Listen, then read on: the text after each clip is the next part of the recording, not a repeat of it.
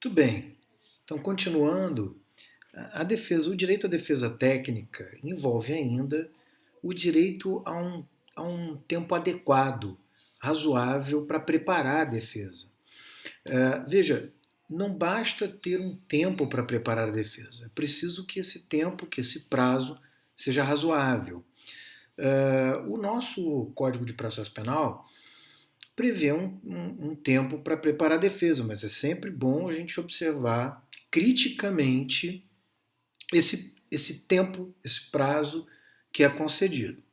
Bom, existem vários momentos em que a defesa técnica é exercida, mas há um deles que é fundamental pela exiguidade do tempo, que é, na verdade, a primeira defesa a ser apresentada, que é chamada resposta escrita à acusação ou resposta à acusação. O prazo para essa resposta à acusação é de 10 dias. No entanto, observem, ao contrário do que acontece no processo civil, esse prazo é contado em dias corridos. Esse prazo não é contado em dias úteis.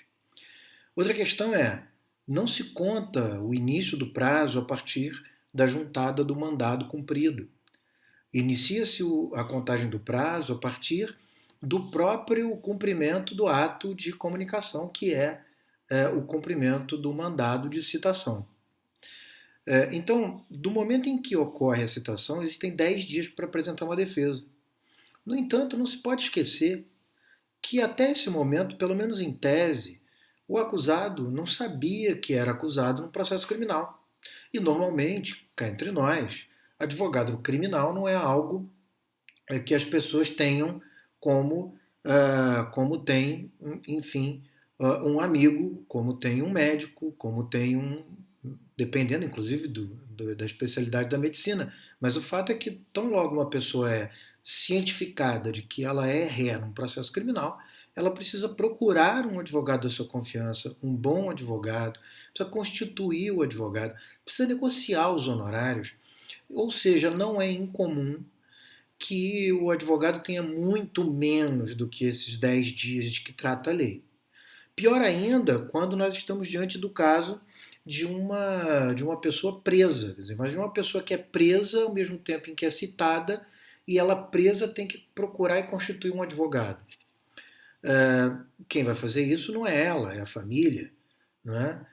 Ou ela vai fazer com um advogado que estiver disponível ali, próximo ao local em que ela está presa ou em que ela está presa, o que diminui muito o primeiro direito inerente à defesa, que é o da escolha, porque ela não tem capacidade de escolha, né, pela falta de liberdade. Então, esse é um tema que na prática ele é pouco discutido, como se esses 10 dias fossem suficientes, e não é.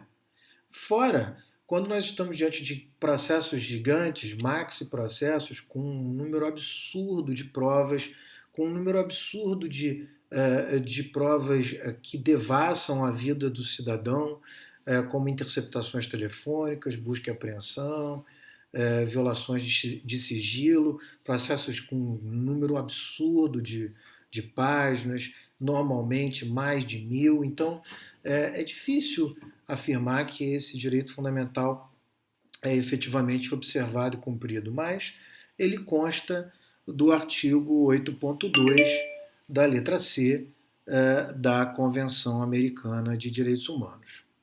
Outro direito importante é o direito de estar presente na audiência, porque esse ponto, esse direito de estar presente na audiência, ele na realidade representa uma espécie de confluência entre o direito à defesa técnica e o direito à autodefesa. Porque a presença na audiência do próprio réu permite que o advogado dialogue, consulte o réu sobre aquilo que está sendo dito sobre ele. Então, a presença do acusado tanto vai permitir que ele, quando for se pronunciar como autodefesa, ou seja, defendendo a si próprio, esteja preparado, como vai possibilitar a defesa técnica de se defender adequadamente. Ainda, o direito à autodefesa, à defesa técnica, melhor dizendo, ele embora não se encerre, ele também se espalha para a possibilidade do direito de recorrer, chamado direito ao duplo grau de jurisdição, que se encontra também previsto na Convenção Americana de Direitos Humanos, no artigo 8.2, na letra D, que está vinculado diretamente ao direito a que as decisões judiciais sejam todas elas motivadas, o que consta previsto na Constituição Federal no artigo 93, inciso 9, na medida em que só é possível recorrer adequadamente de uma decisão caso se saiba o que motivou aquela decisão, o que justifica aquela decisão. Caso contrário, não há efetivamente um direito à defesa, a uma defesa técnica e a um direito ao duplo grau de jurisdição. Também não é possível pensar no direito a uma defesa razoável se não se pensar no direito obrigatório de ter contra si, prestem atenção porque pode parecer um contrassenso, ter contra si uma acusação formal da qual se tenha prévia e completa ciência. Ninguém pode se defender do que não se sabe. Não é? Torna-se um processo kafkaniano. Nós chamamos de processo kafkaniano porque Franz Kafka, que é um autor de língua alemã, de literatura alemã, escreveu um livro chamado O Processo, que é um livro de literatura, na verdade, em que o personagem principal um dia acordava e se via vinculado a um processo criminal sem saber por quê. Ninguém pode não saber por quê. Todos têm direito de ter uma acusação contra si e ter ciência prévia, formal e completa dessa acusação. Também há uma confluência entre o direito à autodefesa e o direito a uma acusação formal, o direito, prestem atenção, de se comunicar livre e particularmente com o seu advogado ou o seu defensor público. Todas as pessoas têm direito de se comunicar livre e particularmente com o seu advogado.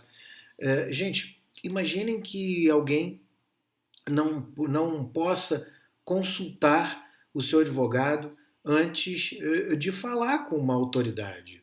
Não é aqui, entendam, uma questão de formular uma história mentirosa, mas é de saber quais são os seus direitos efetivamente antes de se pronunciar e, portanto, de se eventualmente se autoincriminar. É muito importante que a pessoa tenha a possibilidade de conversar com o seu advogado, que vai lhe instruir sobre o que pode ser dito, o que não pode ser dito, inclusive como ele pode exercer de maneira eficaz a sua defesa técnica. Tá?